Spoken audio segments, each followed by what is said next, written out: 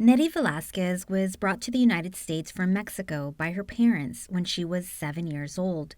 She was raised in Escondido and says she's proud of her San Diego roots. I'm a San Diegan, West Coast represent all the way. A childhood spleen surgery weakened her immune system.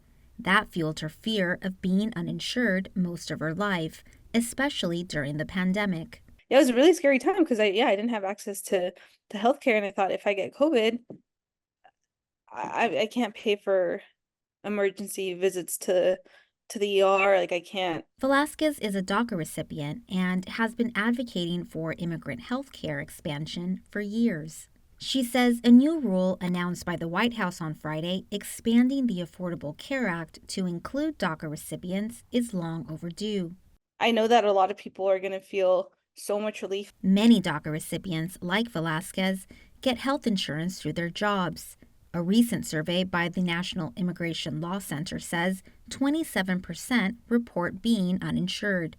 Critics call the Biden rule an unfair cost burden and a possible strategic move to boost the president's support, particularly among Hispanic voters, whose approval has declined since he took office. San Diego Congressman Juan Vargas disagrees. It makes no sense to have an unhealthy population that's uninsured. You want a healthy population that's all insured. The bigger the group, the better. Especially young people like this. I mean, it actually brings down the cost for everybody. Despite viewing the rule as progress, Tom Wong of the U.S. Immigration Policy Center at the University of California, San Diego says the next step is education. Approximately 1/4 of DACA recipients are not covered by any kind of health insurance. Over half of uninsured DACA recipients believe they are not eligible for health insurance because of their immigration status. These DACA recipients can now gain coverage. However, the heavy lifting now centers on communicating eligibility to DACA recipients amidst continued legal uncertainty surrounding DACA. Although an estimated 100,000 uninsured DACA recipients are expected to enroll, Velasquez is among advocates who think they may hesitate to apply out of fear.